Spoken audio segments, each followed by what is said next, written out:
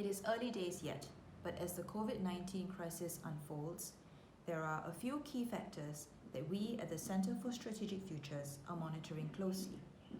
First, how the pandemic itself plays out and how long this will take. Some have called this a slow motion crisis, and it certainly feels that way. There is an ongoing race to find a vaccine or some form of effective treatment, but even if a vaccine can be found, we will have to wait. We will have to wait for production and distribution to ramp up and for sufficient numbers to be vaccinated that we may be able to return to some form of pre-pandemic normalcy. Or we will have to learn to live with this virus, as we have learned to coexist with other pathogens in the past. This will nevertheless take some time. The second factor we are watching is the economic impact. We anticipate that the world will see an economic downturn as a result of this pandemic.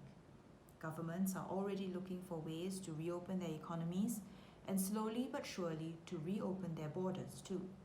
In order to do so safely, many governments are turning to technology, for instance by instituting track and trace regimes or putting in place new arrangements such as travel bubbles and green lanes.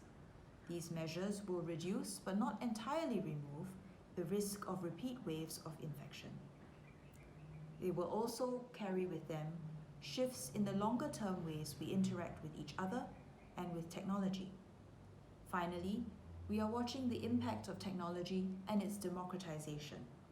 As the pandemic wears on, the adoption of digital technology will only accelerate, and its role in our day-to-day lives will only grow. Many of the adaptations we have seen to cope with this crisis, for instance, increased telecommuting, home-based learning, or even the virtualization of our social interactions, may well last beyond this pandemic and become part of our new normal. How will these changes affect the ways we live, work, and play in our post-pandemic future? Technology has also put new tools in the hands of individuals. Citizens can take a more active role in community resilience, built on the backs of these new digital tools. For instance, we have seen individuals with 3D printers produce face masks for frontline workers, or build translation portals that allow these frontline workers to do their job without the need for an interpreter. Our experience with COVID-19 has taught us that it certainly helps if you have had experience with similar crises in the past. Singapore had the benefit of having faced SARS in the early 2000s, and we learned some valuable lessons then.